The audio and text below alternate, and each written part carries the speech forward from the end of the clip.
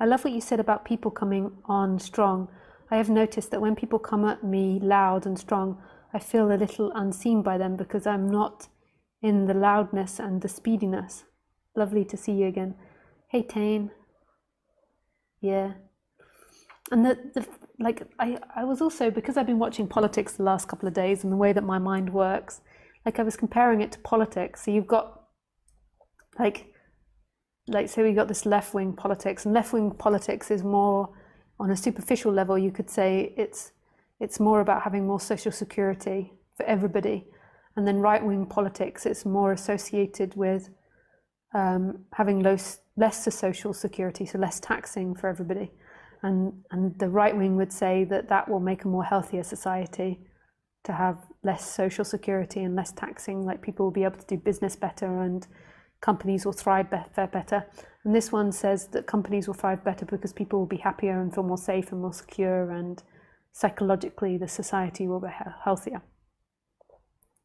So you've got, and I sometimes think that, like when I was watching the politics today and I was watching the two different sides, I almost felt like the people that were sitting on the left, like some of it might be ego and might be like very unempathetic people, but I felt like the people that were sitting on the left were more these empathetic type of people, or more caring type of people, and more concerned about other people and more sensitive. And then you had the right that were more aggressive. So it felt like when the right people were speaking, what we have in English Parliament is they both face each other on these benches. And when the right spoke, it felt like energetically like they were screaming at the left. And it felt like the left were it's not overwhelmed because they're used to it, but it felt like it's a different energy, like it's in a way too much for them. And then when the left argued back with the right, it felt like the right weren't even listening. It didn't even register anything. It was like nothing. And the right couldn't be as aggressive energetically. It didn't feel they were like, wah! And then the right didn't even pay attention to it. It was like nothing to them.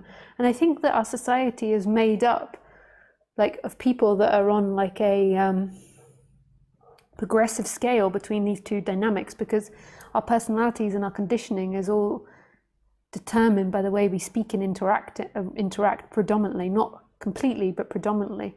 So a lot of it is made up by the way we relate to each other. And we'll relate to each other in subject-object. So in good and bad, in right and wrong, in left and right politics. And I feel like people are on a spectrum, and then people have relationships. So people from this more left side or more empathetic side have relationships with this side. And if you have two people, like this one can't even hear it. So if this one says you're being inappropriate, this one can't even hear it. But when this one says you're being inappropriate, it's like, you're being inappropriate. And this one like feels terrible and feels guilty and spends days trying to make up for it, because it's like, oh God, how could I make someone feel this? And then this person never feels heard by this person.